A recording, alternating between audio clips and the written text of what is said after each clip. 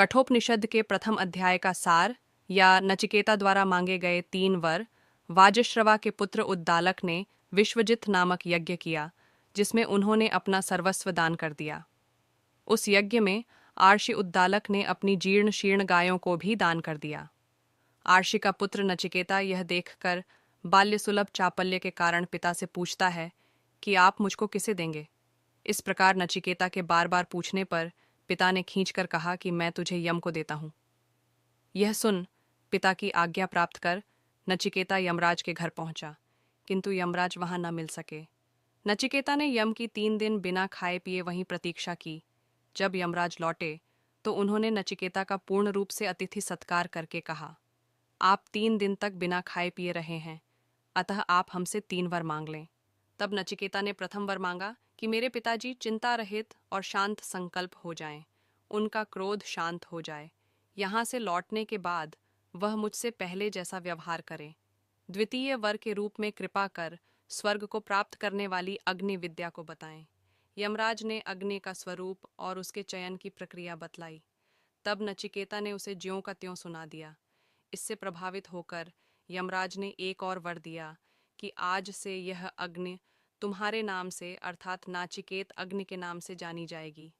इसके बाद तीसरे वर में नचिकेता ने मृत्यु विज्ञान के संबंध में पूछा कि मृत्यु के बाद मनुष्य की क्या गति होती है। यह सुनकर यम ने कहा कि यह जानना बहुत कठिन है, देवताओं को भी इस विषय में संदेह रहा है, अतः कोई दूसरा वर मांग लो। किंतु नचिकेता आत्मा के ज्ञान रूप वर के पक्ष में रहा, विचलित नहीं हुआ। इसके बाद यम ने नचिकेता को तत्व ज्ञान का वास्तविक अधिकारी जानकर विद्या और अविद्या को प्राप्त कराने वाले मार्गों का उपदेश दिया। इनमें श्रेयस का फल मोक्ष है और प्रेयस का फल सांसारिक भोग है। यमराज ने कहा कि परमात्मा तत्व को प्राप्त कराने का साधन ओम पद है, जिस एयुएम की उपासना से साधक गूढ़ आत्म तत्व का ज्ञान प्राप्त करता है।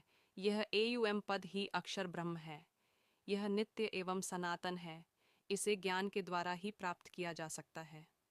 यमराज ने जीवात्मा और परमात्मा रूप में आत्मा के 2 भेद बतलाकर दोनों को छाया और धूप के समान बतलाया है। ये दोनों ही छाया और धूप के समान परस्पर संबद्ध हैं। नचिकेता ने रूपक द्वारा बतलाया कि यह आत्मा रथी, शरीर रथ, बुद्धि सारथी, इंद्रियां घोड़े, मन लगाम, विषय मार्ग है। इंद्रिय और मन से युक्त आत्मा उसका भोक्ता है।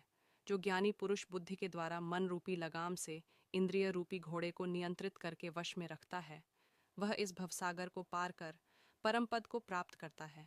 और जो अज्ञानी इंद्रिय रूपी घोड़ों को वश में नहीं कर पाता, वह संसार में भटकता है।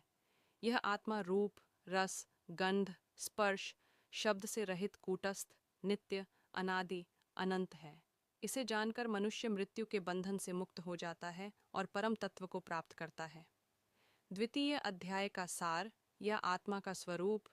यमराज नचिकेता से कहता है कि श्रोत्र आदि इंद्रियां बहिर्मुखी हैं, अर्थात वे शब्दादि विषयों के ज्ञान के लिए बहिर्मुख होकर प्रवृत्त होती हैं, अतः वे अंतरात्मा को नहीं देखती।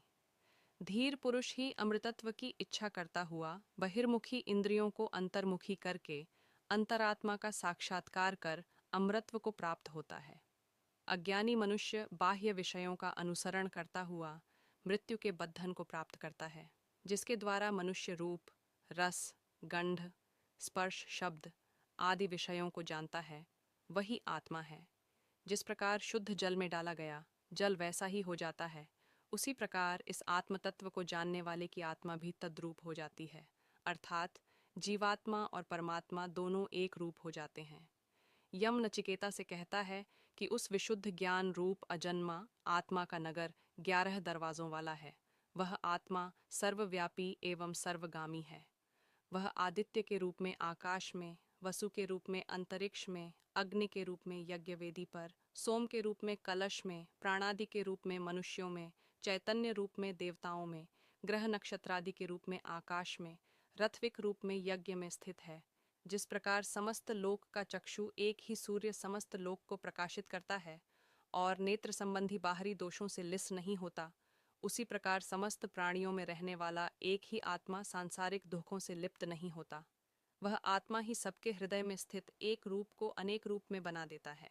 उसके ही प्रकाश से सूर्य, चंद्र, विद्युत आदि तत्व प्रकाशित होते हैं, वही एकमात्र समस्त विश्व को प्रकाशित करता है।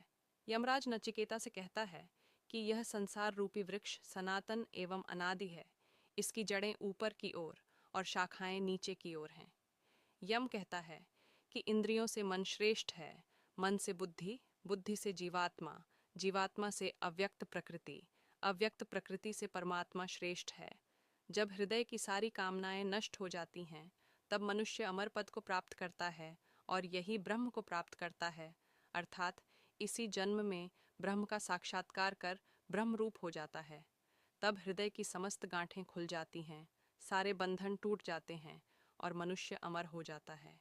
यम कहते हैं कि हृदय की 100 नाड़ियों में से एक सुषुम्ना ब्रह्मरंध्र की ओर गई है, जिसके द्वारा ऊपर की ओर जाने वाला मनुष्य अमृतत्व को प्राप्त करता है। शेष नाड़ियां चारों ओर गमन करने वाली होती हैं। यही आत्मा अमृत एवं शुद्ध स्वरूप है।